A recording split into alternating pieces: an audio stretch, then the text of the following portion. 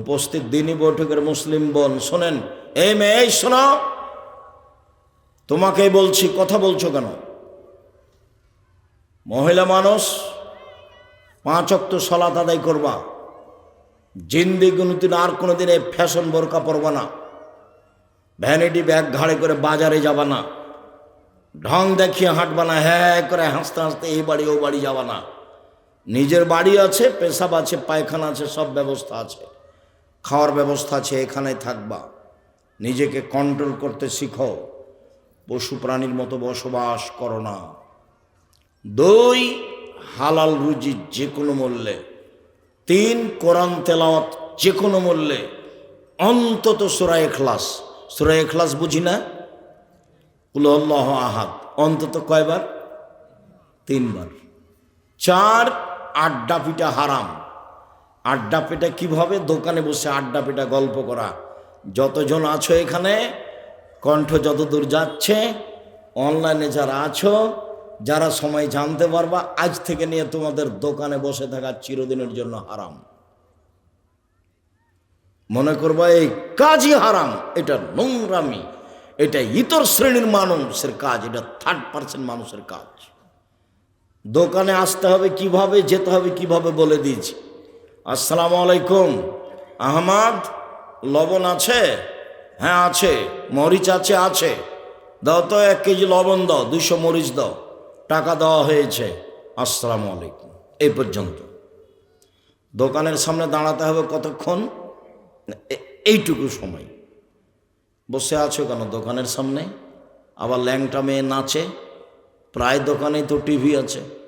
দোকানদার মনে করেছে যে টিভি থাকলে সবাই এসে বসে আড্ডা পিটবে, কিছু বিক্রি হবে। তো যেদিন থেকে টিভি তুলেছে দোকানে, সেদিন থেকে সব উপার্জন হারাম। ওই উপার্জন দিয়ে চাউল কিনে ভাত খেয়ে ইবাদত কবুল হবে না। যেদিন থেকে টিভি তুলেছে দোকানে, মানুষ দেখবে, সেদিন থেকে যা উপার্জন হয়েছে সবই হারাম। ওই টাকা দিয়ে চাউল কিনে ভাত খেয়ে ইবাদত কবুল হবে না। শ্বশুরের কাছে টাকা নিয়ে ওই টাকা দিয়ে চাউল কিনে ভাত খেয়ে ইবাদত কবুল হবে না, যার নাম যৌতুক। উপার্জনের পথ 4টা, সবচেয়ে সহজ পথ দিনমজুরি, চাকরি, জমি চাষ, বাস খাওয়ার পথ। মনে রাখতে হবে, জাযাকুমুল্লাহ খাট। বদনাম গীবত থেকে বেঁচে থাকতে হবে। স্ত্রীর সাথে ভালো আচরণ করতে হবে। স্ত্রীকে গালি দেওয়া হবে না, মারা হবে না। চাঁপাইনবাবগঞ্জের কথাটা আবার মনে পড়েছে। ওইদিকে মহিলাটা ভোর রাত্রে উঠেছে, ঢেঁকিতে ধান ভাঙে বা জাঁতাতে আটা পিষে নিয়ে আসে, গরু বাহিরে করে, ঘরটা পরিষ্কার করে, গোহাল ঘরটা, আবার রুটি বানায়, রুটি আবার দিয়ে পাঠায়।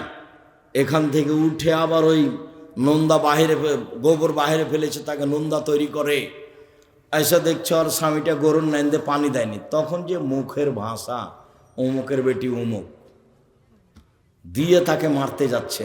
তো এত কাজ যে করলো সকাল থেকে, তো একটু কি বললো তুমি অনেক কিছু করেছো, জাযাকাল্লাহ খায়ের। শুকরিয়া আদায় করতে হবে স্বামীকে। আমার জীবনে আমি কোনোদিন দেখিনি।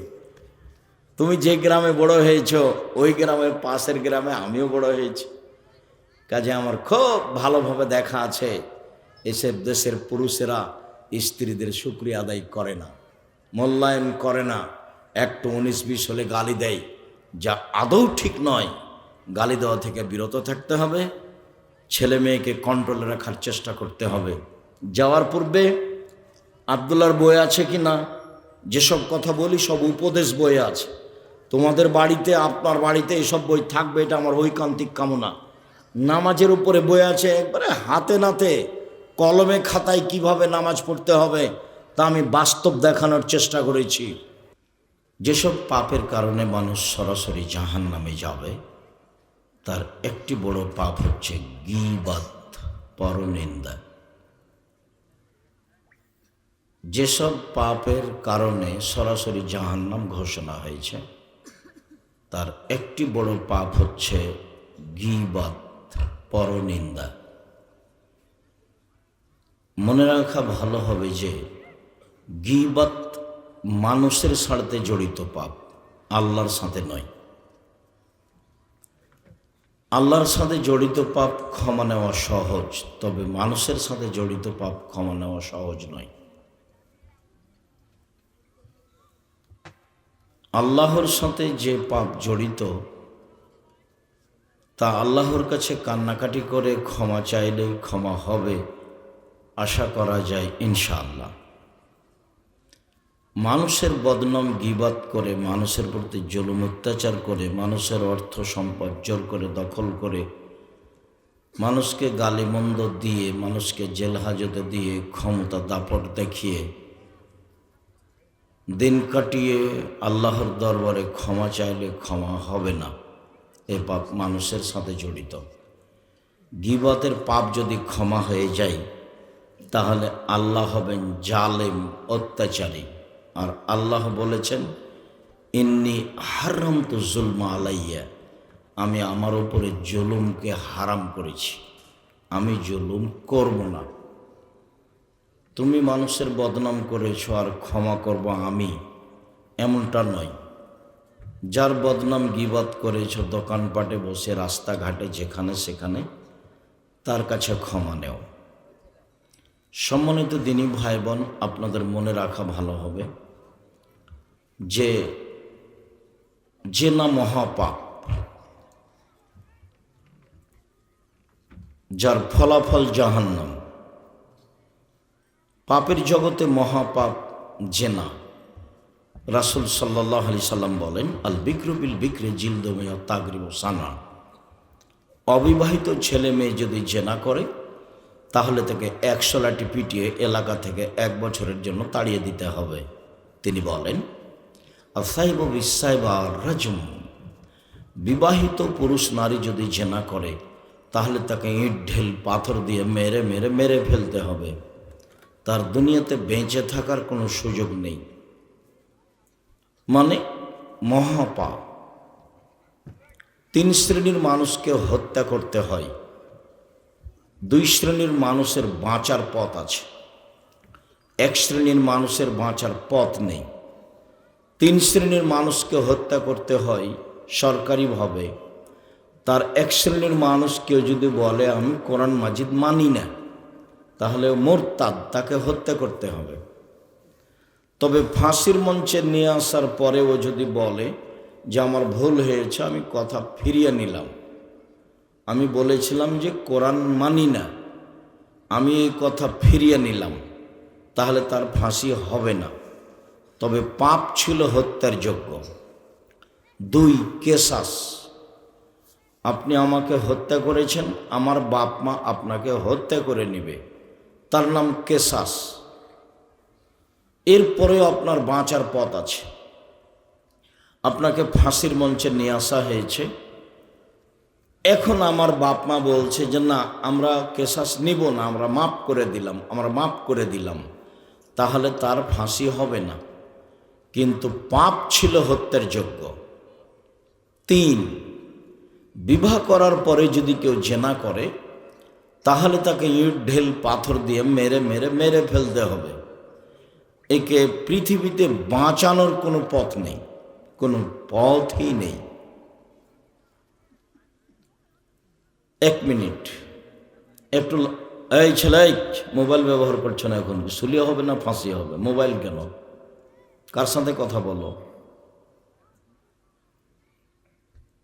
যেখানে কথা বলছো বলতে হবে এমন কিছু আছে? তুমি মনে করো না যে আমি তোমার ভোট চাইতে এসেছি, আমি আব্দুর রাজ্জাক বিন ইউসুফ, না দেখলো অনেকদিন চিনো, নাম শুনেছ। বিশ্বাস করো, জাতিকে ফাঁকি দিব, ধোকা দিব, এই জন্য আসিনি। আর আমি তাফসির মাহফিল করতে আসিনি। ইসব জুলেখার কাহিনী আমি বলি না। আমি জাতির সামনে 90 সাল থেকে আছি। জাতিকে পরকালমুখী করতে হবে, এটা আমার মৌলিক লক্ষ্য। সম্মানিত দিনী ভাই বোন,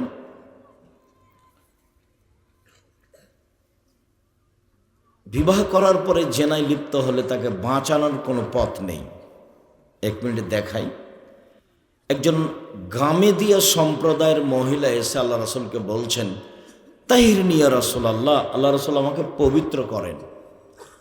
তখন আল্লাহ রসুল বলছেন, ইরজিই, বাড়ি ফিরে যাও, আস্তাগফিরিল্লাহ, আল্লাহর নিকটে ক্ষমা চাও, অতুবি ইলাইহি, তুমি তওবা করো, তোমার পাপ ক্ষমা হয়ে যাবে। তখন মহিলা বলছে, আতুরাদ্দাদুনি কামারা দাদ্দা মাইজ ইবনে মালিক, মাইজ ইবনে মালিকের বিচার না করে তাকে ফিরিয়ে দিয়েছিলেন, সেভাবে কি আপনি আমাকে ফিরিয়ে দিতে চাচ্ছেন? অন্না হবলা মিনাজ জেনা, আমার পেটে অবৈধ সন্তান রয়েছে, দয়া করে বিচার করে দেন। তখন আল্লাহ রসুল বললেন, ইরজিই ফরদেই হে, ইরজিই হাত্তা তালেদি, বাড়ি চলে যাও, যেদিন বাচ্চা সন্তান প্রসব হবে সেদিন আসিও, বিচার করে দেব। মহিলা বাড়ি চলে গেল, সন্তান প্রসব হয়েছে। মুসলিম হাদিস গ্রন্থে এসেছে যে সবেমাত্র সন্তান প্রসব হয়েছে, তাকে ন্যাকড়ায় জড়িয়ে নিয়ে বাচ্চা নিয়ে বিচারালয়ে উপস্থিত। আল্লাহ রসুল, এ দেখেন বাচ্চা প্রসব হয়েছে, বিচার করে দেন। তো দৃশ্য দেখে আল্লাহ রসুল বললেন, ইরজিই, বাড়ি ফিরে যাও, ফরদেই হে, বাচ্চাকে দুধ খাওয়াও, যেদিন বাচ্চা দুধ ছেড়ে দিবে সেদিন আসো, বিচার করে দেব। মহিলা বাচ্চা নিয়ে বাড়ি চলে গেল, বাচ্চাকে 2 বছর দুধ পান করালো। 2 বছর পরে বাচ্চা নিয়ে বিচারালয়ে উপস্থিত। তখন বাচ্চার হাতে এক টুকরা রুটি রয়েছে, প্রমাণ যে বাচ্চা এখন খাদ্য খেতে পারে। আল্লাহ রসুল বাচ্চাটাকে একজন মুসলমানের হাতে সমর্পণ করলেন, বললেন, সঙ্গী সাথী, তোমরা একে মাঠে নিয়ে যাও, বুক পর্যন্ত গর্ত খুঁড়ে মাটিতে পুঁতে ইট ঢেল পাথর দিয়ে তাকে মেরে মেরে মেরে ফেলো। সাহাবীগণ বলছেন, আমরা তাকে মাঠে নিয়ে গেলাম, গর্ত খুঁড়ে বুক পর্যন্ত মাটিতে পুঁতে দিলাম, চতুর্দিক থেকে ইট ঢেল পাথর মারতে লাগলাম। খালিদ বিন ওয়ালিদ বলছেন, আমি একটা পাথর তার মুখের উপরে মারলাম, পাথরটা মুখে লেগে মুখ ফেটে রক্ত ছিটে খালিদের গায়ে লাগলো।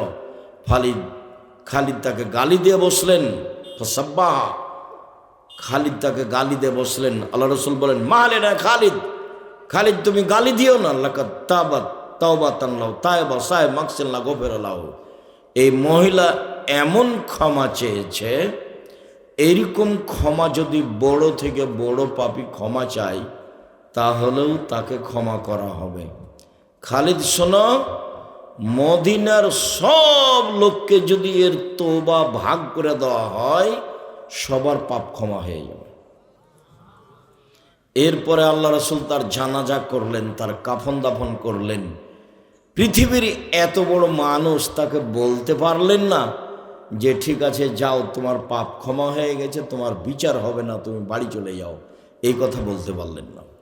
কথাটা আবার বলি, সবার কাছে হয়তোবা ধরা পড়েনি। রাসূল সাল্লাল্লাহু আলাইহি সাল্লাম তার ব্যাপারে বললেন যে এ অনেক বড় তওবা করেছে, মানে এর পাপ তো ক্ষমা হয়েছি, এর তওবা যদি মদিনার লোককে ভাগ করে দেওয়া হয় হাজারো মানুষের মাঝে, সবার পাপ কি হয়ে যাবে? ক্ষমা হয়ে যাবে। মানে এইটুকু কথা আপনাকে বুঝাতে পারলাম কি না, তোমরা বুঝেছো এই কথাটা? তো রাসূল সাল্লাল্লাহু আলাইহি সাল্লাম তার জানাজা করলেন, মানে পাপ নেই, কাফন দাফন করলেন। মূল কথা কি? মূল কথা হলো যে তার পাপ ক্ষমা হয়ে গেছে, আল্লাহ রাসূল জানলেন, কিন্তু বলতে পারলেন না যে যাও তোমার বিচার হবে না, বাড়ি চলে যাও। তার মানে মুহাম্মদ সাল্লাল্লাহু আলাইহি সাল্লাম নিজের শরীয়তের কাছে নিজেই জিম্মি। বিবাহ করার পরে জেনায় লিপ্ত হলে তাকে বাঁচানোর পৃথিবীতে কোনো পথ নেই, এটা হলো মূল কথা। আর যে আলোচনা করছি সেটাই ফিরে যাই, সেটা হলো এই যে জেনা মহাপাপ, মহা থেকে মহাপাপ, এরপরেও পাপ আল্লাহর সাথে জড়িত। আল্লাহকে যদি বলে আল্লাহ আমার ভুল হয়ে গেছে, তুমি আমাকে মাফ করো, আর আমি জীবনও কখনো এই পাপে লিপ্ত হব না, তাহলে ইনশাআল্লাহ আল্লাহ তার পাপ ক্ষমা করে দিবেন। কিন্তু তুমি যে দোকানে বসে বললে যে ওই ভালো নয়, ও খারাপ, এটা ক্ষমা চাও তো দেখি মরা পর্যন্ত। এখনো বোঝা যায়নি কথা? দোকানে বসে যে বললে ও ভালো নয়, ও খারাপ, এর নাম গীবাত। বোঝা যায় না? বা এমনি বৈঠকে আড্ডা পিটে বলছে যে অমুক চেয়ারম্যান খারাপ, দুনিয়ার দোমুখা বদের গোড়া এই সেই। তো এই যে মানুষের বদনাম করা হলো, এইটা যদি আল্লাহর কাছে ক্ষমা চায়, আল্লাহ ভুল হয়ে গেছে, আমি অমুকের বদনাম করেছি, তুমি আমাকে মাফ করো, তো এইটা কি এভাবে ক্ষমা হবে? এটা ক্ষমা হবে না এভাবে। যদি আল্লাহ ক্ষমা করে দেন তাহলে আল্লাহ হবেন অত্যাচারী, জালেম, তার মানে আল্লাহ ক্ষমা করবেন না। তো এটা ক্ষমা চাওয়ার বুদ্ধি কি? তোমাদের কাছে কি জানা আছে বলেন তো মুরব্বী, আপনাদের কাছে কি জানা আছে? যার বদনাম করেছে তার কাছেই ক্ষমা নিতে হবে।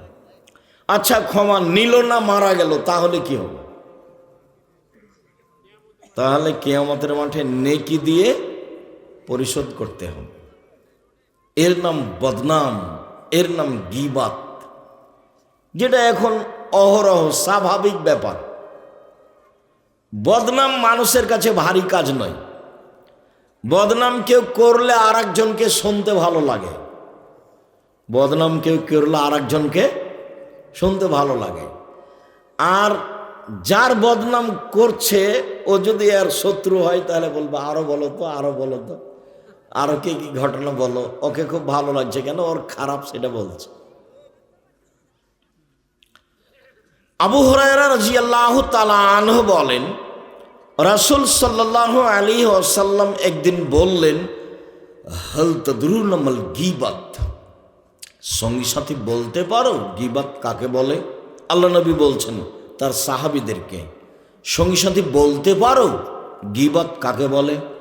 সঙ্গী সাথী বলতে পারো বদনাম কাকে বলে?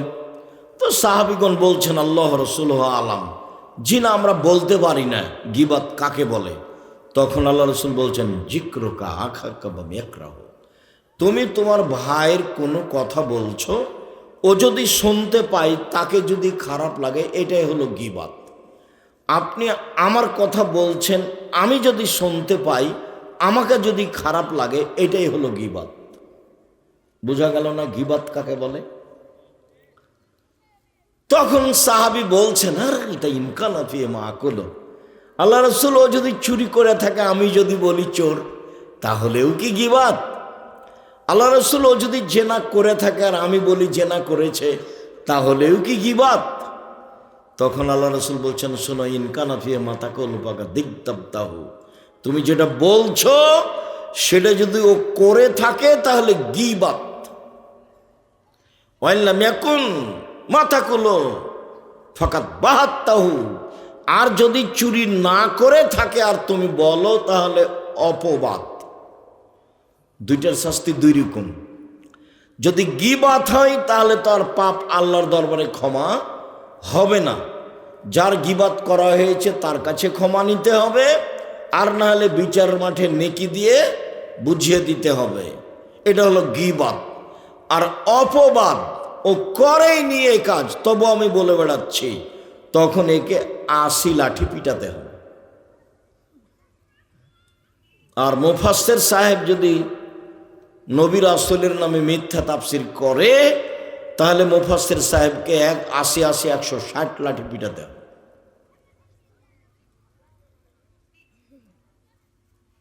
আবার বলছি, হাদিস বুখারী মুসলিম। এই চলো, এক কথা বলছো কেন? আপনারা জায়গা নাই নাকি? দাঁড়িয়ে আছেন কেন? দাঁড়িয়ে থাকা কি অভ্যাস? জায়গা করেনি? ঠিকই বলছো নাকি? জায়গা একটু কমই মনে হচ্ছে। মানে ঠিকই আছে, মানুষজন আসবে কি আসবে না, আমিও ভাবছি ওরকমই, কেন যে যাব, কোথায় যে যাব, কি বা হবে। খায়ের, জাযাকুমুল্লাহ খায়ের। যখন এসেছি, তোমরা যখন কিছু মানুষ এসেছ, কিছু ভাইজান আপনারা এসেছেন, মুরব্বি মানুষ, কিছুক্ষণ আমি কথা বলি, আপনারা দয়া করে বসেন, কষ্ট হলেও বসেন। আল্লাহর নবী কথা বললে বসতে বলতেন সাহাবীদেরকে। আল্লাহর নবী কথা বললে সাহাবীদেরকে কি করতে বলতেন? বসতে বলতেন। বসে থাকলে আল্লাহ রাসূল কথা বলতেন, তখন একটা পরিবেশ থাকে কথা শোনার। তো কথাটা আবার বুঝি, যদি ও অন্যায় করে আর আমি বলি তাহলে গীবাত, আর যদি অন্যায় না করে আর আমি বলি তাহলে অপবাদ। গীবাতের শাস্তি যার করেছে তাকে, তার কাছে ক্ষমা, আর না হলে বিচারের মাঠে নেকি দিয়ে দিতে হবে। আর অপবাদের শাস্তি, যে অপবাদ লাগাচ্ছে তাকে কি করতে হবে? 80 লাঠি পিটাতে হবে। এটা আল্লাহর বিধান, 80 লাঠি পিটাতে হবে। যেই বদনাম মহিলারা বাড়িতে নির্দ্বিধায় করছে, বুবু শুনেছ, বুবু ওই এই করেছে সেই করেছে, ওর কথা শুনেছে। মহিলা মানুষ তো এক তো বুদ্ধি কম, আর থাকা খাওয়া চলাফেরা পশু প্রাণী গরু ছাগলের মতো,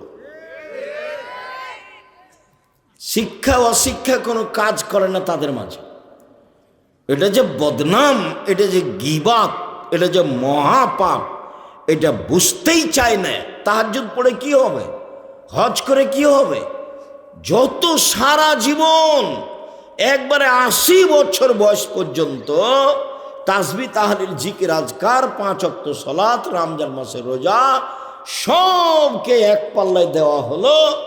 আর আপনি বললেন যে অমুক খারাপ, ওই পাপ এক পাল্লায় দেওয়া হলে এটা ভারী হবে। এর নাম বদনাম, এর নাম গীবাত। আর যখন দলাদলি আসে, দল সংগঠন নির্বাচন আসে, তখন একজন আরেকজনকে একবারে ধুয়ে ছেড়ে দেয়, আর তোমরা হলো তার পিছনে দৌড়িয়ে বেড়াও। তোমাদেরকে আমি খুব ভালোভাবে চিনি, আমার এটা সারা বাংলাদেশ থেকে বুঝি। কি যে তোমরা বুঝাতে চাও, কেন মানুষের পিছে পিছে দৌড়াও? কি দেয় তোমাকে? সিগারেট দেয়, আচ্ছা তুমি কি চুপ, সব অন্য তাল মারে দেয়, তো ওই জন্য ওইভাবে চিল্লাচ্ছে। তোমরাও আমার সাড়া দিও না, নাহলে কথার পরিবেশ থাকবে না। তোমরা চুপ থাকো, এই ছেলেগুলোকে চুপ রাখার চেষ্টা করিও। মনে রেখো, আর একজনের তালে পড়ে নিজেকে ধ্বংস করো না। উপার্জনের পথ 4টা, একটা দিনমজুরি, একটা চাকরি, একটা জমি চাষ, একটা ব্যবসা। যেভাবেই হোক নিজে উপার্জন করি, হালাল খাই থাকি, 5 ওয়াক্ত সালাত আদায় করব, হালাল রুজি উপার্জন করব, কোরআন তেলাওয়াত করব, আড্ডা পিটব না, জান্নাত হবেই ইনশাল্লাহ, হবেই হবে। 5 ওয়াক্ত সালাত, নামাজ, হালাল রুজি, কোরআন তেলাওয়াত, আড্ডা পিটা হারাম, জান্নাত হবেই। আড্ডা পিটা 2 ধরনের। একটা হলো দোকানে বসে আড্ডা পিটা, কারো বদনাম করা, হ্যাঁ করে হাসা, ল্যাংটা মেয়ে নাচছে তাকে দেখা, এ হলো আড্ডা পিটা। আর একটা হলো মোবাইলে ঘন্টার ঘন্টা তুমি ল্যাংটা মেয়ে দেখছো, বড় মোবাইল হাতে আছে, তুমি নিজেকে মোবাইলের কাছে জিম্মি করেছো, তোমার বুদ্ধি বিবেক কাজ করে না, তুমি পশু প্রাণীর মতো থাকো। বুঝেও বুঝে না ওরা, অন্তর আছে বুঝে না, দেখেও দেখে না ওরা, চক্ষু আছে দেখে না, শোনেও শোনে না ওরা, কান আছে শোনে না। উলাইকা কালা আনাম, তারা পশু প্রাণীর মতো, তারা গরু ছাগলের মতো, তারা কুকুর শ্রীর মতো, বালু মজাল বরং তার চেয়ে খারাপ। পশু প্রাণীর মতো, গরু ছাগল কুকুর স্ত্রীগুলোর মতো হ্যাঁ করে হাসছে, দোকানে বসে আছে ঘন্টার ঘন্টা, ল্যাংটা মেয়ে নাচছে, কি যে বলছে ধুলায় অন্ধকার। আর বাপ মা তো বুঝে না যে ছেলে আমার, জবাব আমাকে দিতে হবে। বাপ মার তো এটা মাথাতে নেই, বাপ মাও পশু প্রাণীর মতো খাগে থাকে, খায় আগে, এভাবে দিন চালায়। ছেলে যে তার, মেয়ে যে তার, তাকে জবাব দিতে হবে, এইটাই হিসাব নেই। সম্মানিত দিনী ভাই বোন, বলছিলাম গীবত মহাপাপ, সুদ মহাপাপ। যত পাপ আছে দুনিয়াতে, সুদের পাপের যে ভাষা, এইরকম ভাষা কোনো পাপের নেই। সবচেয়ে বড় পাপ শিরক, ভাষা এমন নয়। দ্বিতীয় মহাপাপ হলো পিতা মাতার অবাধ্য চলা, কিন্তু ভাষা সুদের মতো নয়। তৃতীয় মহাপাপ হলো মিথ্যা সাক্ষী দেওয়া। রাজশাহী জেলে বহু মানুষ আছে 20-30 বছর থেকে নিজেই জানে না আমি কেন জেলে, জজ জানে না ঘটনা কি, উকিল জানে না ঘটনা কি, সাক্ষী জানে না ঘটনা কি। সাক্ষীকে 50,000 টাকা দিয়েছে আর বলেছে এভাবে সাক্ষী দিবা। সাক্ষী দিয়ে নেমে এসে আমার কাছ থেকে টাকা নিয়ে বাড়ি চলে যাওয়া। তো সাক্ষী বলছে যে যেভাবে বলতে বলবে সেভাবেই বলবো, টাকা তো 50,000 পাচ্ছি। তখনও বলছে আমি 2 চোখে মারতে দেখেছি। তো যার ব্যাপারে বলছে ও সেদিন ওই গোদাগাড়িতেই ছিল না, কিন্তু মিথ্যা সাক্ষী। পৃথিবীতে তৃতীয় মহাপাপ মিথ্যা সাক্ষী, মানুষকে হত্যা করা মহাপাপ, কিন্তু ভাষা সুদের মতো নয়। সুদের কি ভাষা? আল্লাহ রাসূল বলছেন মায়াকুল দিরহাম রিবাও ইয়ালাম আসাদ্দমিন সিত্তাতি ওয়া সালাসিনা জিনিয়া। কেউ যদি জেনে শুনে 1 টাকা সুদ খায়, 36 বার জেনা করে যত পাপ হবে, 1 টাকা সুদ খেলে তার চেয়ে বেশি পাপ হবে। এরকম ভাষা পৃথিবীর কোনো পাপের সাথে নেই। রাসূল সাল্লাল্লাহু আলাইহি ওয়াসাল্লাম বলছেন আর রিবা সাবুনা জুজান আইসার আইন করা জুলুম্মাহু। সুদের পাপের 70টি ভাগ রয়েছে, ছোট থেকে বড়, বড় থেকে ছোট। সুদের পাপের 70টি ভাগ রয়েছে, ছোট থেকে বড়, বড় থেকে ছোট। সবচেয়ে ছোট পাপ হলো মার সাথে জেনা করলে যেমন পাপ হয়, সুদ। এর নাম সুদ। ব্যাংক থেকে টাকা উঠিয়েছেন ব্যবসা করার জন্য, কিস্তি তুলেছে তোমার বউ, কিস্তি তুলেছে তোমার মা হস্তিনী। ওকে মা বলিও না, ওকে খালা বলে ডাকো।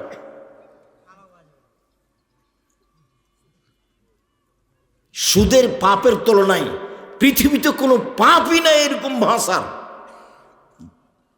অবাক হতে হয়, শিরক মহাপাপ, কিন্তু ভাষা এরকম নয়।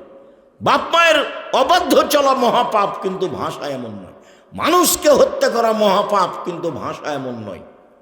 আল্লাহ রাসূল বলছেন কে যদি জেনে শুনে 1 টাকা সুদ খায়, 36 বার জেনা করে যত পাপ হবে, 1 টাকা সুদ খেলে তার চেয়ে বেশি পাপ হবে। আল্লাহ রাসূল বলেন সুদের পাপের 70টি ভাগ রয়েছে, ছোট ভাগ হলো মার সাথে জেনা করলে যেমন পাপ হয়, এর নাম সুদ। রাসূল সাল্লাল্লাহু আলাইহি ওয়াসাল্লাম প্রত্যেক দিন 5 ওয়াক্ত সালাতে সালাম ফেরার পূর্বে বলতেন আল্লাহুম্মা ইন্নী আউযু বিকা মিনাল মাকসামি ওয়াল মাগরাম। আল্লাহ তোমার কাছে বাঁচতে চাই বড় পাপ হতে, আল্লাহ তোমার কাছে বাঁচতে চাই ঋণ কর্জ হতে, আল্লাহ তোমার কাছে বাঁচতে চাই বড় পাপ হতে, আল্লাহ তোমার কাছে বাঁচতে চাই ঋণ কর্জ হতে, আল্লাহ তোমার কাছে বাঁচতে চাই বড় পাপ হতে, তোমার কাছে বাঁচতে চাই ঋণ কর্জ হতে। ব্যাংকে লোন নেওয়ায় মানেই সুদ। লোন নিবা কেন? চকলেট বিক্রি করে খাবা। আমি চকলেট বিক্রি করতে বলেছি, এর অর্থ এই নয় যে চকলেট বিক্রি করেই খেতে হবে। আমি বলেছি চকলেট বিক্রি মানে সবচেয়ে কম পয়সার ব্যবসা, যাতে করে ব্যাংক থেকে লোন নেওয়া লাগবে না। কম থেকে কম পয়সার ব্যবসা করো, রুজি হবে ইনশাআল্লাহ। যেটুকু বলছিলাম, সুদ যত বড়ই পাপ হোক না কেন, কোটি কোটি টাকা মানুষ সুদ খেয়েছে, রাতে বলছে আল্লাহ আমি সুদের পাপ বন্ধ, লেনদেন বন্ধ করলাম, তুমি আমাকে মাফ করো, আজ থেকে আমি জিন্দেগিতে আর কোনোদিন সুদ খাবো না। ইচ্ছা করলে আল্লাহ ক্ষমা করে দিবেন। কেন? এই পাপ কার সাথে জড়িত? আল্লাহর সাথে জড়িত। তুমি যে দোকানে বসে আড্ডা পিটে আর একজনের বদনাম করলে, তুমি তো বলো আমার চাচা মানুষই নয়, কি নিয়ে তোমার চাচার সাথে গন্ডগোল বেঁধে গেছে? সেই যে চাচাকে একবারে ধুয়ে ফেলছ আর বড় ভাইকে হিসাব নাই, দিন রাত বদনাম করেছে। মুখ বন্ধ রাখবে আজকের পরে। এই ছেলে, পশু প্রাণীর মতো থাকো কেন? মানুষের বদনাম করো কেন? মানুষ তো আমাকেও গালি দেয়। গালি দেয় মানে কি? আমার মা দিয়ে শুরু করে,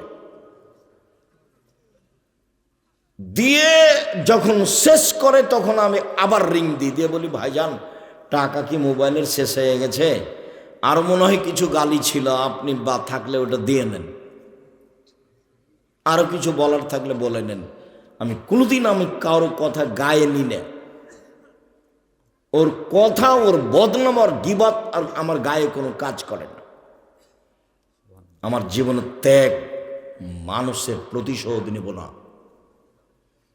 আমাকে বলছে আব্দুল হাফিজ চেয়ারম্যান দেবীনগরের, ও আমার ক্লাস ফ্রেন্ড, সে বেঞ্চে বসত।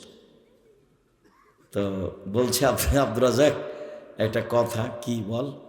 তো বলছে যে তোদের যে গ্রামের রাস্তা নিয়ে একটু ঝামেলা। তখন আমি বলছি ভাই তুই যা, আমাদের যখন বাড়ির সামনে যাবি তখন রাস্তা ওইভাবে নিয়ে চলে যাবে, আবার এইভাবে আসবে, তোরে চলে যাবে, আবার আসবে, কোনো আপত্তি নেই, আমার কোনো আপত্তি নাই। আর যদি বলিস যে কি করতে হবে, তাহলে এনতাজ মেম্বার যেটা বলবে সেটাই করিস। বলে তোরা আসবি না? বলে আমরা এইসব সামাজিক বৈঠকে যাই না, এসব কাজে যায় না, যা ভালো লাগবে করব। আমার বাপ বলেছে যে ছেলের ভাগ্য কি আমি নিয়ে এসেছি? ছেলের জন্য চিন্তা করতে হবে কি করে খাবে না খাবে। আমার বাপ আমাদের জন্য চিন্তা করতেন না, আমি নিজেও আব্দুল্লাহ, আব্দুর রহমান, আব্দুর রহিমের জন্য চিন্তা করি না। ওরা দুনিয়াতে এসেছে, ওদের তাকদির নিয়ে এসেছে, কি করে ওরা খাবে উপরওয়ালা জানে। প্রতিশোধ নিব না, আর কারো পিছে পড়ব না, বদনাম করব না, যে কোনো মূল্যে যা হবে হবে। বদনামে রাজি নই, মুখ খুলতে রাজি নই। শুনুন, বদনাম, গীবাত মানুষের সাথে জড়িত পাপ। মহান আল্লাহ বলেন ওয়াইলুল্লি কুল্লে হুমাজাতিল লুমাজা, সামনে নিন্দা করে যে, পিছনে নিন্দা করে যে, সে জাহান্নামে চলে গেছে। অয়েল নামক জাহান্নাম তার জন্য রয়েছে, সে ধ্বংস সুনিশ্চিত, সে জাহান্নামে যাবে। জুবাইর ইবনে মুতঈম রাদিয়াল্লাহু তাআলা আনহু বলেন রাসূল সাল্লাল্লাহু আলাইহি সাল্লাম বলেছেন লা ইয়াদখুলুল জান্নাতা কাত্তাত ওয়া ফি রিওয়ায়াতিন দাম্মাম, চগলখড়ি করে যে, এখানের কথা ওখানে লাগাই যে, ওখানের কথা এখানে লাগাই যে, বদনাম করে যে, গীবাত করে যে, চগলখড়ি করে যে, সে জান্নাতে যাবে না, সে জান্নাতে যাবে না। বদনাম গীবাত করে জান্নাত পাওয়া যায় না। উপস্থিত বৈঠকের মুসলিম বোন, কথা শোনেন। মহিলা মানুষ দিন রাত তো বলে বেড়ান, বুবু শুনেছ, বুবু অমুক কি করেছে, বুবু ওর ঘটনা শুনেছ, ওর বেটির কথা শুনেছ। শুনেছ না শুনেছ তোমাকে এখানে এসে বলতে হবে কেন? মহিলা মানুষ, শরম হয় আপনার? শরম হয় না? হায়া হয় না? লজ্জা হয় না? খারাপ লাগে না? ইতস্তবোধ লাগে না? সারাদিন হ্যাঁ হ্যাঁ করে এই বাড়ি থেকে ওই বাড়ি ঘুরে বেড়াও, হিসাব নাই, নিকাশ নাই, সলাত নাই, নামাজ নাই, পর্দা নাই, পুশিদা নাই, ঢং ঢং করে এখানে ওখানে ঘুরো আর মানুষের বদনাম করো। তোমার স্বামী নেই, তোমাকে স্বামী বাধা দেয় না, তোমার বাপ নেই, তোমার বাপ তোমাকে বাধা দেয় না। জন্ম দিতে পারলেই বাপ হওয়া যায়? প্রসাব করাতে পারলেই মা হওয়া যায় নাকি? বাপের জিম্মেদারি 4টা, মায়ের জিম্মেদারি 4টা। আল্লাহ রাসূল বলছেন যে ওই বাপ আর আমি জান্নাতে একসাথে থাকব। কোন বাপ? আল্লামাহুন্না, যে বাপ তার মেয়েকে বিদ্যা শিখিয়ে দিল, ও আদাবাহুন্না, শিষ্টাচার শিখিয়ে দিল, ও আহসানা ইলাইহিন্না, তার সাথে ভালো আচরণ করলো, ও যাওয়াজাহুন্না, তার বিবাহ দিয়ে দিল। আমি মুহাম্মদ সাল্লাল্লাহু আলাইহি সাল্লাম আর ওই পিতা, ওই বাপ জান্নাতে একসাথে থাকবো। এইভাবে আঙ্গুল দুটো যেমন জমা লেগে আছে একসাথে থাকবে, এই পিতা আর মুহাম্মদ সাল্লাল্লাহু আলাইহি সাল্লাম। কি? মেয়েকে শিষ্টাচার শিখিয়ে দিয়েছে। তো এই বাড়ি ওই বাড়ি ঘুরে বেড়া, হ্যাঁ হ্যাঁ করে হাসা, এটাই হলো শিষ্টাচার? হলো এটা? এই বাড়ি ওই বাড়ি যাওয়ার মানুষের বদনাম করে, এটা শিষ্টাচার হলো? বড় নখ রাখা, এটা শিষ্টাচার হলো? নখে নেইল পালিশ দেওয়া এটা শিষ্টাচার হলো? ইহুদি খ্রিস্টানদের পতিতালয়ের মেয়েরা নখে নেইল পালিশ দেয়, ইহুদি খ্রিস্টানদের পতিতালয়ের মেয়েরা নখে নেইল পালিশ দেয়, ইহুদি খ্রিস্টানদের পতিতালয়ের মেয়েরা নখে নেইল পালিশ দেয়। তোমার নখে নেইল পালিশ কেন? এই মেয়ে, তোমার নখটা বড় কেন? তোমার বাপ নেই? তুমি হিন্দুর মেয়ে? তোমার বাপ দেখে না? জন্ম দিতে পারলে বাপ হওয়া যায়। শিষ্টাচার কাকে বলে? তুমি ভুরু তলে চিকন করে রেখেছো কেন? তোমার বাপ দেখতে পায় না? তুমি দাঁত ছিলে ফাঁকা ফাঁকা করে রেখেছো কেন? তোমার বাপ দেখতে পায় না? তুমি মাথায় পরচুলা দিয়ে বড় খপ্পা দেখাচ্ছ কেন? তোমার বাপ দেখতে পায় না? তোমার বাপ কি করে? জন্ম দিতে পারলেই বাপ হওয়া যায়? জন্ম দিতে পারলে বাপ হওয়া যায় না। এক, বিদ্যা শিখাতে পারলে বাপ হওয়া যায়। দুই, শিষ্টাচার শিখাতে পারলে। তো মাথার চুল খুলে এদিক ওদিক ঘুরছে, তার নামে কি শিষ্টাচার? ভ্যানিটি ব্যাগ নিয়ে চিকন বোরখা পরে চলে যাচ্ছে বাজারে গোদাগাড়ি, তার নামে কি শিষ্টাচার? শিষ্টাচার কি জিনিস? শিষ্টাচার কি জিনিস? বাপ তাকে কি শিখালো? মায়ের জিম্মেদারি চারটে, বহুদিন বলেছি, বক্তব্য দিলেই বলি। জাবের রাদিয়াল্লাহু তাআলা বলছেন, আল্লাহর নবী বললেন, মদিনায় এসেছি, বাড়িতে যাব। বললেন সবাই এখানে থামো, সকালে যাব। আমি বললাম, আল্লাহর নবী, আমি নতুন বিবাহ করেছি, বাড়ি যেতে অনুমতি দেন। আল্লাহ রাসূল বললেন, কুমারী মেয়ে বিবাহ করেছ না তালাক প্রাপ্ত মেয়ে বিবাহ করেছ? আমি বললাম, তালাক প্রাপ্ত মেয়ে বিবাহ করেছি। কুমারী মেয়ে কেন বিবাহ করলে না?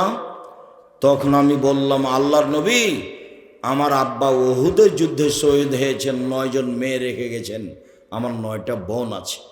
আল্লাহর নবী, আমার আব্বা উহুদের যুদ্ধে শহীদ হয়েছেন, 9 জন মেয়ে রেখে গেছেন, আমার 9 জন বোন আছে। ফাআকরাহু আন আতাযাওয়াজা মিসলাহুন্না, তাদের মতো কম বয়সের মেয়েকে বিবাহ করা পছন্দ করিনি 4টা কারণে। এই ছেলে,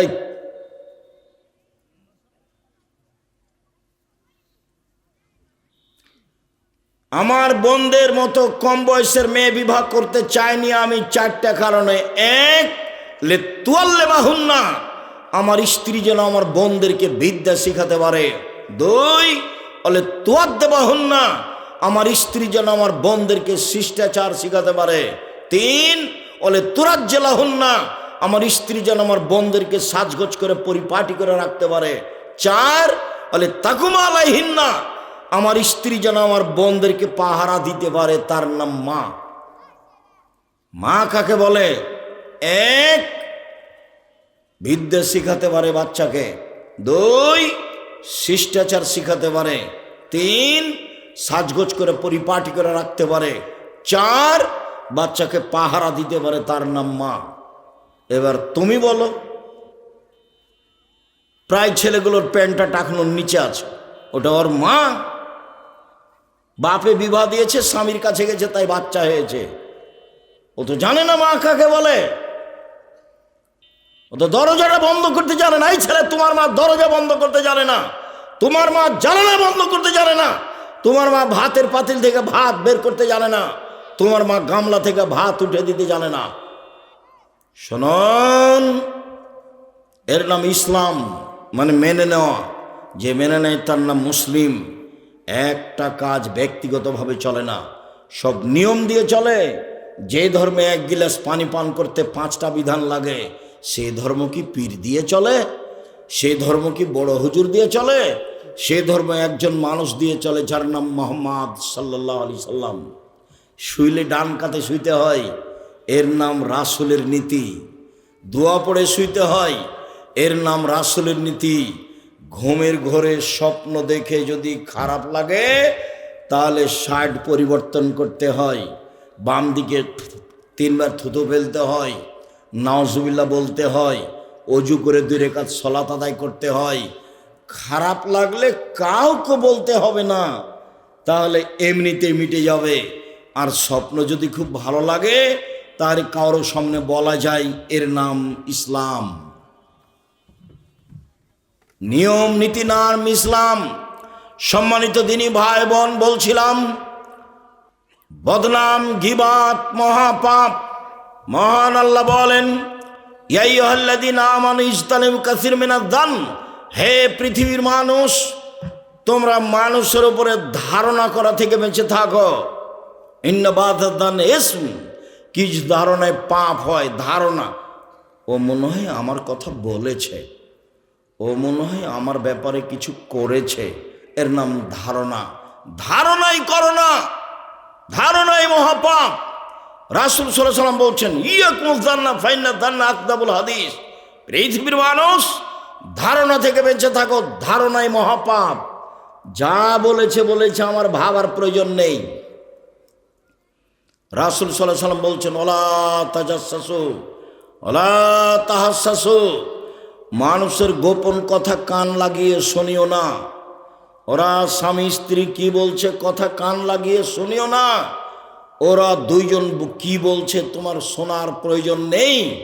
রাসূল সাল্লাল্লাহু আলাইহি ওয়াসাল্লাম বলেছেন, কেউ যদি কারো গোপন কথা কান লাগিয়ে শোনে, তাহলে তার কানে জাহান্নামের আগুন দিয়ে শীষে তামাকে গলিয়ে কানে ঢেলে দেওয়া হবে। মানুষের গোপন কথা শোনা হারাম। পরের বাক্যে আল্লাহ রাসূল বলছেন, মানুষের দোষ ত্রুটি উদ্ঘাটন করো না। বসো, মানে খবরদার কেউ তোমরা এ বাদাম নিয়ে আসবা না এখানে। বাদাম খাবার বসে থাকবা, বাদাম কিনতে যাওয়া, এটা নয়। কিছুক্ষণ অপেক্ষা করো, এমনিতে অল্প কিছুক্ষণ পরে বক্তব্য শেষ হয়ে যাবে। কোনো কাজ দেখায়ও না, তোমার কাজ দেখার জন্য এখানে আমি আসিনি। তুমি দোকানে বসে আড্ডা পিটছো, তুমি ইতর শ্রেণীর মানুষ। তোমাকে যদি আমি ইতর শ্রেণীর প্রমাণ না করতে পারি, বক্তব্য দেব না। তুমি নিম্ন শ্রেণীর মানুষ, তোমাকে আর তোমার বাপকে আমি অশিক্ষিত প্রমাণ করতে না পারলে বক্তব্য দেব না। 90 সাল থেকে বলে আসছে এ কথা, কে বোঝাতে চাও? গ্রামে বসবাস করো, সেই জন্য মনে করো যে আমি পশু প্রাণী হয়ে বসবাস করব। তা করবা কেন? মানুষের মতো হয়ে বসবাস করবা। কেউ কোনো জায়গায় থাকা আসলে তাকে সম্মান করতে শিখবা, তাকে মূল্যায়ন করতে শিখবা। কি বলছেন সেটা শুনবা। আমি তো পশু প্রাণী নই, আমি গরু ছাগল নই, আমি মানুষ, আমার দাম আছে। মরলে আমার বিচার হবে, গরু ছাগলের বিচার হয় না, কুকুর শ্রীগালের বিচার হয় না। আমি মানুষ, মরলে আমার বিচার হবে। তাই অল্প কিছুক্ষণ সময় মূল্যায়ন করার চেষ্টা করি। জামিয়া সালাফে সাংবাদিক এসেছে, তা আমাকে জিজ্ঞাসা করছে। আমি তো সাধারণত কারো মুখোমুখি হই না। আমি কি কাজে বসেছিলাম, ওরা এসে ঢুকেছে। ঢুকে বলছে, আপনি আব্দুর রাজ্জাক বিন ইউসুফ? বলে জি। তা আপনার সাথে কিছু কথা ছিল। কি কথা? তো পুরাতন একটা কথা জিজ্ঞাসা করছে। তুমি তোমার সাংবাদিক করা তোমার রুজি হারাম, কোনো কাজ করে কোনো কাজ করতে পারো না, ভিক্ষা করে খাও, এ কাজে এসেছো কেন? মানুষের দোষ ত্রুটি উদ্ঘাটন করো কেন? সাংবাদিকতা করে তোমার কে খেতে বলেছে? দুনিয়াতে আর কোনো কাজ পাও না, ভিক্ষা করে খাওয়া কেন? মানুষের বাড়িতে কাজ করে খাওয়া, কিষান কামলা দিয়ে দিন গেলে 500 টাকা পাওয়া যাবে, কিষান কামলা দিয়ে খাও। কিষান কামলা দিয়ে খাওয়া কেন? বাপের জমি আছে, জমি চাষ করে খাও, কাজ করে খেতে শিখো। ঢোড্ডামি করে, ফাইজলামি করে, শয়তানি করে, ধোঁকাবাজি করে, মানুষের সাথে অন্যায় অবিচার করে, মানুষের দোষ ত্রুটি উদ্ঘাটন করে, পেপার পত্রিকা লিখে অল্প দিন বাঁচতে এসে জাহান্নাম কিনে নিও না। আল্লাহ তাআলা বলছেন, রাসূল সাল্লাল্লাহু আলাইহি ওয়াসাল্লাম বলছেন, তোমরা মানুষের দোষ ত্রুটি উদ্ঘাটন করো না। আমি সবাইকে বোঝাতে পারবো কিনা একটু দেখি মধ্যখানে কথা। রাসূল সাল্লাল্লাহু আলাইহি সাল্লাম বলছেন যে কেউ যদি মানুষের দোষ ত্রুটি ঢেকে রাখে, আল্লাহ বিচারের মাঠে তার দোষ ত্রুটি ঢেকে রাখবেন। এই কথাটার ভিত্তিতে আর একটা বুখারী মুসলিমের হাদিস আপনাকে বলি, দেখি আপনি বুঝতে পারেন কি না। বিচারের মাঠে আল্লাহ একটা লোককে এভাবে আড় করে নেবেন, তার বাহু দিয়ে আড় করে নিয়ে তার পাপগুলোকে নেকি আমলনামা দেখাবেন। বলবেন, দেখো তো এইগুলো, এগুলো কি তোমার আমল পাপ নাকি? বলে, জি হ্যাঁ আমারই। তো তুমি কি মনে করছো যে আমার ফেরেশতারা অন্যায় লিখেছে? না, এগুলো অন্যায় লিখেনি। ঠিক আছে, তো তুমি কি আমাকে কিছু বলতে চাও? আল্লাহ বলছেন ওকে, তুমি কি আমাকে কিছু বলতে চাও? জি না, আমি কিছু বলতে চাই না। তখন আল্লাহ বলবেন, শোনো, তুমি মানুষ হয়ে মানুষের দোষ ত্রুটি ঢেকে রাখতে, আমি আল্লাহ হয়ে তোমার দোষ ত্রুটি ঢেকে রাখতে পারি না। যাও, তোমার বিচার হবে না, মাফ করে দিলাম। তা আপনি যে সাংবাদিক, মানুষের দিন রাত দোষ ত্রুটি লিখেন আর পেপারে দেন, তো এটা কি? তা আপনাকে যে আমি বলেছি ভিক্ষা করে খেতে, ভিক্ষা করে খাবেন কেন? ওটা তো আমার একটা কথার গতি, কাজ করে খাবেন। আর ভিক্ষা করা একটা উপার্জনের শেষ পথ, ভিক্ষা করা একটা উপার্জনের শেষ পথ। সব সময় বলি, 1 দিনমজুরি, 2 চাকরি, 3 জমি চাষ, 4 ব্যবসা, ছোট হোক আর বড় হোক। এ হলো 4টে উপার্জনের পথ। যেটা সহজ হবে পৃথিবীতে সেটাই বাছাই করতে হবে। তবে ব্যবসা সবচেয়ে উত্তম পথ। সত্যবাদী বিশ্বস্ত ব্যবসায়ীরা বিচার মাঠে নবীদের সাথে জান্নাতে থাকবেন। ব্যবসা ছোট হোক, কলার ব্যবসা হোক, তাতে কি আছে? রাস্তা রাস্তায় জুতা স্যান্ডেলের ব্যবসা হোক, তাতে আসা যায় না। সত্যবাদী বিশ্বস্ত ব্যবসায়ীরা নবীদের সাথে জান্নাতে থাকবেন। সত্যবাদী বিশ্বস্ত ব্যবসায়ীরা নবীদের সাথে জান্নাতে থাকবেন। তো মিথ্যা কথায় ব্যবসা করে যে বলে 300 টাকা দামের কিনা কাপড়, অথচ 200 টাকা আল্লাহর, এর কি হবে? ঢাকা বায়তুল মোকাররমের চতুর্দিকে জুমার দিনে কাপড় বিক্রি হয়। তো একজন বলে পাঞ্জাবি, আরেকজন বলে 3000, এভাবে তারা চিল্লায়। একজন বলে পাঞ্জাবি, আরেকজন বলে 3000 দিয়ে সন্ধ্যা পর্যন্ত বিক্রি করেছে। বাড়ি যাচ্ছে আর বলছে, লাভ যে হয়েছে না আজকে। সে পাঞ্জাবির দাম তো 300 টাকা, কত দিয়ে বিক্রি করেছে? 3000। খুব হিসাব করছে, টাকা অনেক। বিশ্বাস করেন আপনি, 3 মাস পরে গিয়ে দেখেন লোকটাও নয়, দোকানও নয়, ব্যবসা নেই, সব উড়ে গেছে। প্রতারণা আমি বুঝতে না পারি, কিন্তু প্রতারণা আল্লাহ বুঝেন। কিভাবে তোমাকে ধ্বংস করা লাগবে সেই পথঘাট তার জানা আছে, আমার জানা নেই, তোমার জানা নেই। ব্যবসা করো সৎভাবে। ব্যবসা মানুষের উপকার, ব্যবসা অসহায় মানুষের পাশে দাঁড়ানোর পথ পন্থা। সাহল ইবনে সাদ রাদিয়াল্লাহু তাআলা আনহু বলেন, রাসূল সাল্লাল্লাহু আলাইহি সাল্লাম বলেছেন, মাইয়াজমানিল মা বাইনাল লাহিয়া ওয়া মা বাইনার রিজলা আজমাউল জান্নাহ।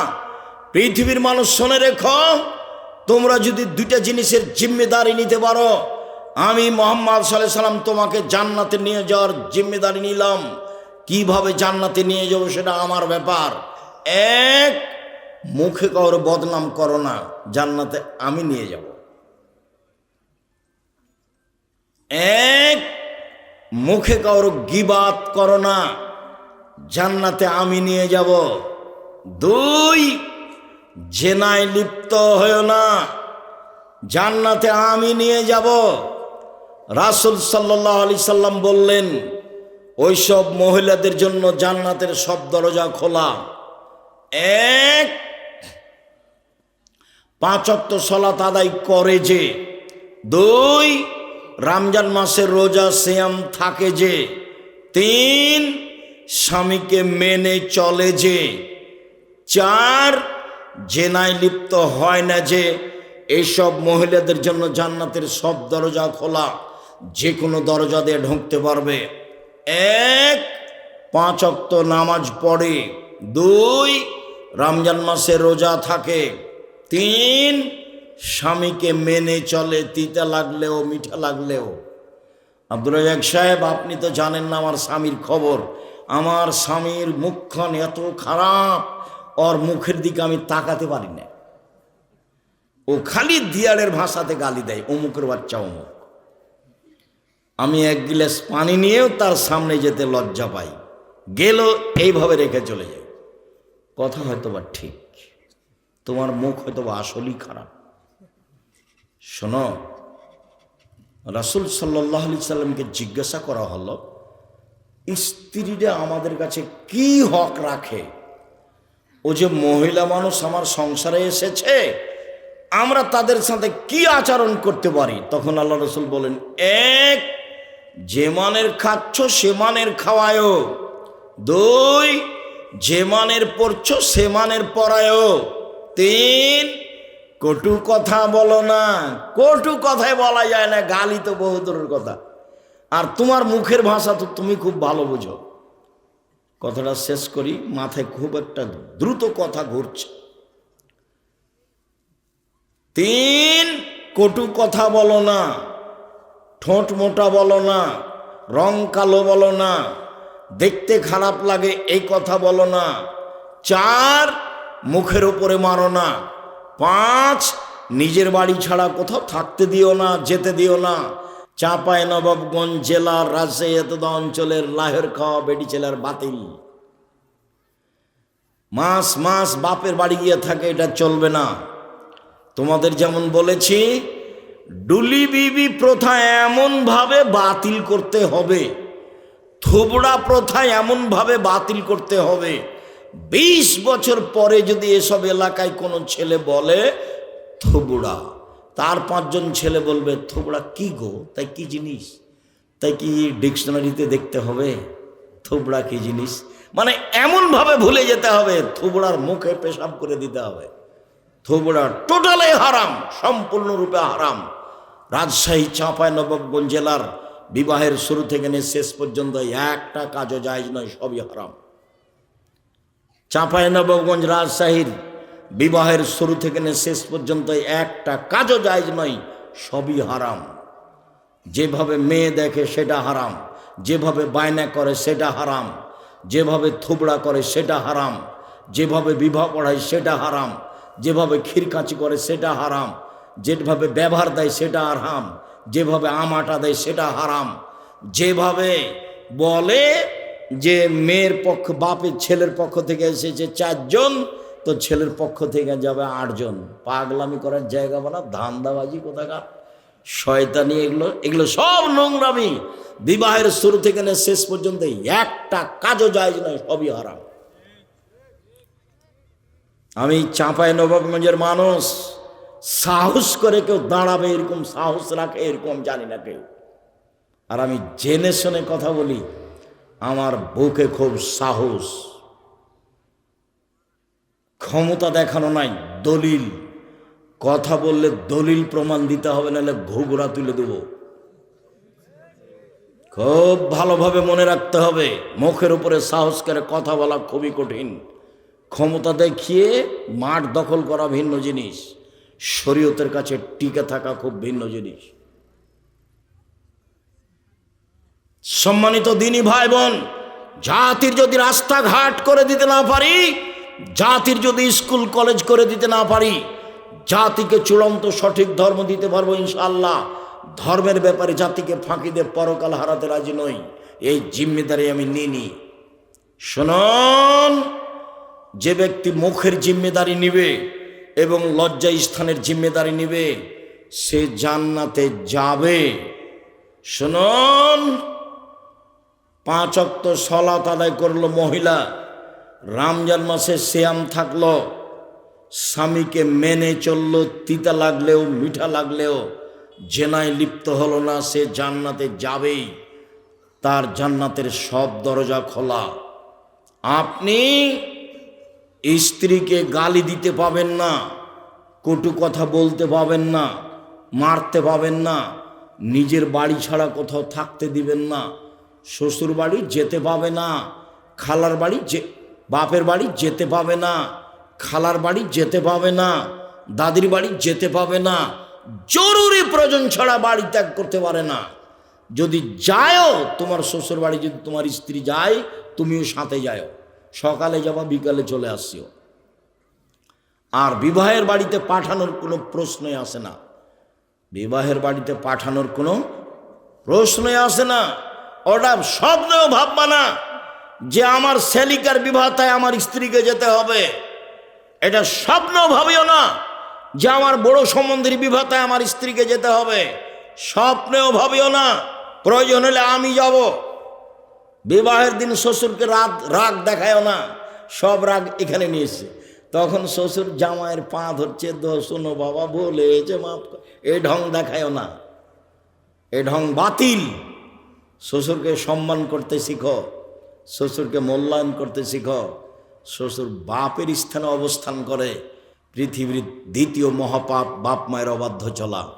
পৃথিবীর দ্বিতীয় মহাপাপ বাপ মায়ের অবাধ্য চলা। ভুলেও মাকে গালি দিব না, ভুলেও বাপকে গালি দিব না। যা হবে হবে, বন্যায় সব ভেসে যাক, চাকরি চলে যাক, অর্থ সম্পদ কেটে যাক, স্ত্রী আমাকে ছেড়ে চলে যাক, তাতে আসে যায় না। আমি মায়ের অবাধ্য চলতে রাজি নই, আমি বাপের অবাধ্য চলতে রাজি না। এইভাবে গড়ে উঠো। মাকে তুমি পরামর্শ দিতে পারো, শোনো মা তোমাকে একদিন, যেদিন তুমি ছোট ছিলে, কোলে পেশাব করছিলে, বারবার পেশাব করছিলে, তখন তোমার মা একটু আদর করে এভাবে মারছিল, অত পেশাব করিস কেন রে, এটা মায়ের জন্য জায়েজ। এখন তোমার মা তোমার ঘরে তোমার বিছানায় পেশাব করে, তুমি একটু মজাক করে বলতে পাবা না যে এইভাবে পেশাব করলে কিভাবে দেখব? পরিষ্কার করবা তুমি, কাপড় পরিষ্কার করবা তুমি, তোমার মাকে পেশাব করাবা তুমি, পানি খরচ করাবা তুমি, তোমার মাকে কাঁধে নিয়ে যাবা মেডিকেলে তুমি, সব কিছু তুমি করবে। এই জন্য প্রস্তুত থাকো। পায়খানা করাবা তুমি, পেশাব করাবা তুমি, গোসল দিয়ে তুমি, কাপড় পরাবা তুমি। তোমার বউ যদি করে আলহামদুলিল্লাহ, ভালো করুক, নাহলে সব তোমার জিম্মেদারি, তুমি এটা মনে রেখো। মাকে কাঁধে করে হাসপাতালে নিয়ে যাবা তুমি, বাড়িতে নিয়ে আসবা তুমি, তোমার জিম্মেদারি। একদিন তুমি ছিলে তোমার মায়ের কোলে, এখন তোমার মা তোমার কোলে। বুঝাতে পারিনি কথা? একদিন তুমি ছিলে তোমার মায়ের কোলে, এখন তোমার মা হলো তোমার কোলে। মানুষের বয়স বেশি হয়ে গেলে মানুষের হিসাব নিকাশ থাকে না। রাসূল সাল্লাল্লাহু আলাইহি সাল্লাম বলেন, জিজ্ঞাসা করা হলো বাঁচার পথ কি? তখন আল্লাহ রাসূল বললেন, শোনো, মুখ বন্ধ রেখো, বেঁচে যাবা, জান্নাতে চলে যাবা। 2, জরুরি প্রয়োজন ছাড়া বাড়ি ত্যাগ করো না। খাওয়ার পরে হাত ভালো করে মুছেই নি কাপড়ে, দোকানের দিকে হাঁটছে, বসে গল্প করবে, সেই জন্য শরম পাও না? এই ছেলে, এই দোকানে যাওয়ার পদ্ধতি, ঢং, গতি, দোকানের সামনে যাওয়া, আসসালামু আলাইকুম, আহমদ লবণ আছে? হ্যাঁ আছে। 1 কেজি লবণ দে তো ভাই। কাঁচামরিচ আছে? আছে 200 কাঁচামরিচ দে। টাকা দিয়ে আসসালামু আলাইকুম। এই পর্যন্ত দোকানের সামনে থাকা যাবে, এর চেয়ে বেশি থাকা যাবে না। তুমি ঘন্টার ঘন্টা আড্ডা পিটো কেন? রাত 12টা পর্যন্ত ওখানে বসে থাকো কেন? কে বলেছে তোমাকে ওখানে চা খেতে হবে? আমি আমার জীবনে কোনোদিন চায়ের স্টলে বসিনি, বেঁচে নাই। আমি নিজের কথা বলছি। আমার মা বলতো, দোকানে বসিও না, প্রাইভেট পড়ায়ও না, কারোর সাথে বন্ধুতালি করো না, মানুষের দাওয়াত খায়ও না। 4টা কথা আমার মাঝে কি বুঝতেন? 1, দোকানে বসিও না। 2, প্রাইভেট পড়ায়ও না। 3, মানুষের সাথে বন্ধুতালি করো না। 4, মানুষের দাওয়াত খায়ও না। আমি যখন বের হতাম তখন আমার মা এভাবে আমাকে বলতেন। তাই একটা রহস্য বলতেন, কারোর সাথে বন্ধুতালি করলে, বন্ধুতালি যখন কেটে যাবে তখন পেটে ছুরি দিয়ে চলে যাবে। যেখানে বন্ধুতালি শুরু হয় সেটা আবার কি হয়ে যায়, একদিন শেষ হয়ে যায়। শেষটা তার ভালো থাকে না, তখন খুব খারাপ থাকে। এই জন্য বন্ধুতালি নাই। রিজে উপার্জন করি, মানুষের বাড়িতে কাজ করি, খাই, সন্ধ্যা হয়েছে, সময় শেষ। 5 ওয়াক্ত সালাত, হালাল রুজি, কোরআন তেলাওয়াত, আড্ডা পিটা নিষেধ, জান্নাত হবেই ইনশাআল্লাহ। রাসূল সাল্লাল্লাহু আলাইহি সাল্লাম বললেন, পাপের জন্য কাঁদো, জান্নাত হবে। রাসূল সাল্লাল্লাহু আলাইহি সাল্লামের জিজ্ঞাসা করা হলো, সুইলা আন আকসারা ইদখালান নাসান নারা। আল্লাহ রাসূল বলেন তো মানুষকে বেশি বেশি জাহান্নামে দেয় কি? আল্লাহ রাসূল বলেন তো মানুষকে বেশি বেশি জাহান্নামে দেয় কি? তখন আল্লাহ রাসূল বললেন, আল ফারজ আল ফাম, মুখ আর লজ্জা স্থান, মুখ আর লজ্জা স্থান। বলো তো ছেলে, মানুষের জাহান্নামে যাওয়ার সবচেয়ে বড় পথ কি? মুখ, লজ্জা স্থান। তুমি যে দোকানে বসে মানুষের বদনাম করছো, জাহান্নামে চলেই গেছো, খালি মরতে বাকি আছে, মরলেই জাহান্নাম। এই ছেলে, ওই ছোট বাচ্চাগুলি ওরা তো আর কথা বুঝে না, ওরা এইসব কথা তার তো আর মূল্যায়ন করতে পারবে না। আর এখানে তো লিল্লাহে তাকবীর ওরকম নেই, আর কণ্ঠস্বরে তো বক্তব্য নেই। প্রথমে অনেক দিন আগে খুলনা গেছি, খুলনা তো ঘণ্টাখানে বক্তব্যের পরে কিছু কিছু মহিলা বলছে চলো যাই, বাড়ি চলে যাই। আজ মনে হয় বক্তব্য দিবে না, শুধু কথা বলছে যে বক্তব্য মানে কণ্ঠস্বর, বক্তব্য মানে কণ্ঠ। এইসব বাচ্চা তো কণ্ঠস্বর হলে থাকতো, এটা তো আর ধরতে পারে না। কণ্ঠস্বরে বক্তব্য জায়েজ নয়, কণ্ঠস্বরে বক্তব্য জায়েজ নয়। আল্লাহ রাসূল কথা বলতেন তখন দুই চোখ লাল হয়ে যেত, কণ্ঠ উঁচু হয়ে যেত,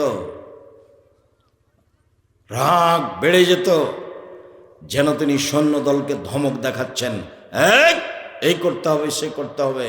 এটা ছিল তার বক্তব্যের গতি। রাসূল সাল্লাল্লাহু আলাইহি ওয়াসাল্লাম বলছেন, সঙ্গী সাথী বলতে পারো মানুষকে পিছন দিক থেকে ধাক্কা মেরে জাহান্নামে নিক্ষেপ করে কি? সঙ্গী সাথী বলতে পারো মানুষকে পিছন দিক থেকে ধাক্কা মেরে জাহান্নামে নিক্ষেপ করে কি? বলতে বলতেই আল্লাহ রাসূল তার জিহ্বাটা ধরে নিয়েছেন। দেখো, জিহ্বা মানুষকে পিছন দিক থেকে ধাক্কা মেরে জাহান্নামে নিক্ষেপ করে, মানে বদনাম, মানে গীবাত। একদিন আয়েশা রাদিয়াল্লাহু তাআলা আনহা বলছেন, আল্লাহর নবী আপনি তো সাফিয়ার খুব প্রশংসা করছেন, সাফিয়া সুন্দরী মহিলা, সাফিয়া বুদ্ধিমতী মহিলা, সাফিয়া বড় ঘরের মেয়ে, এত প্রশংসা করেন কেন? ও তো সাইজে খাটো। এটা হলো বদনাম। এটা কি বদনাম? ও তো সাইজে খাটো। যেমন এই কথা বলেছেন, আল্লাহ রাসূল বলছেন, আয়েশা লাকাদ কুলতে কালিমাতান লা মাজাদ ফিল বাহরি লা মাজাদাতু, তুমি এমন একটা কথা বলেছো আয়েশা, এই কথা যদি সাগরে ফেলে দেওয়া হয় তাহলে পুরো সাগরের পানি ঘোলা হয়ে যাবে। আমাদের মহানন্দা পদ্মা নদীতে কত পানি আছে, এই কথাটা ফেললে ঘোলা হবে, আমরা তো এটা বুঝতে পারি না। আল্লাহ রাসূল বলছেন যে খাটো কথাটা যদি সাগরে ফেলে দেওয়া হয় তাহলে সাগরের পানি কি হয়ে যাবে? ঘোলা হয়ে যাবে। সম্মানিত দিনী ভাই বোন, আমি এই বিষয়ে অনেক কথা থাকলেও আজকের জন্য কথা গুটিয়ে নিচ্ছি। এই ছেলে, থামো, তোমাদের সাথে আমার জরুরি কয়েকটি কথা তোমাদের সাথে। তার এক নম্বর কথা হলো, যে কোনো মূল্যে নামাজ পড়তে হবে, যে কোনো মূল্যে। মানুষের জীবনে একটা কাজ আছে, অত জরুরি কাজ মানুষের জীবনে আর নেই। বলতো সেটা কি? নামাজ। আমার দাদি নামাজের উপরে খুব কঠোর ছিলেন, খুব বেশি কঠোর, নামাজের উপরে খুব বেশি কঠোর ছিলেন। তা আমার মা নতুন বউ বাড়িতে এসেছে, আমার দাদি আমার মাকে ঘর লিপতে বলেছে। তা আমরা তো সবাই ঘর লেপা ভালোই বুঝি। তা আমার মা লিপতে লিপতে কাছাকাছি শেষ, তখন আজান হয়েছে। তা আমার দাদি বলছেন যে হাত ধুয়ে নে, দিয়ে নামাজ পড়ে বাকিটুকু লেপবি। তখন আমার মা বলেছে যে কয়েকবার হাত ঘুরালি তো হয়ে যাবে, শেষ করে নিয়ে নামাজ পড়ব।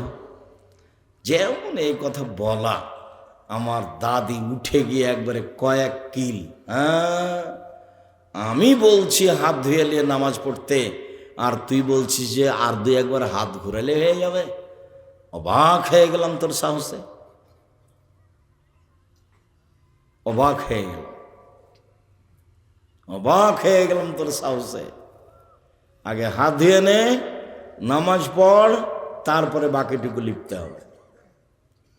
জীবনের নামাজের সাথে কোনো আপোষ নেই। একটা জিনিস মাথায় রাখতে হবে, সব ইবাদত নির্ভর করে সালাত নামাজের উপরে। নামাজ যদি পড়ি তাহলে একটা ফকিরকে 10টা টাকা দিয়েছিলাম, সেই নেকিটা পাবো। আর যদি নামাজ না পড়ি তাহলে ফকিরকে টাকা 10টা কি হবে? কেটে দিবেন, ওটা বাতিল। এ অবাক ইবাদত। এই জন্য অজু করে পড়তে হয়, পানি নেই তো তায়াম্মুম করে পড়ো, বলে মাটি নেই এমনিতেই পড়ো। দাঁড়িয়ে পড়তে হয়, দাঁড়িয়ে থাকা যায় না, বসে থেকে পড়ো, বসে থাকা যায় না, শুয়ে থেকে পড়ো। তারপরে কেবলার দিকে মুখ করে পড়তে হলে কেবলা বোঝা যায় না, এমনিতেই পড়ো।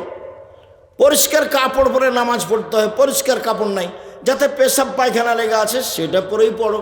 বলে কোনো কাপড়ই নাই, উলঙ্গ হয়ে আছে, বলে এভাবেই পড়ো। অবাক ইবাদত, অবাক।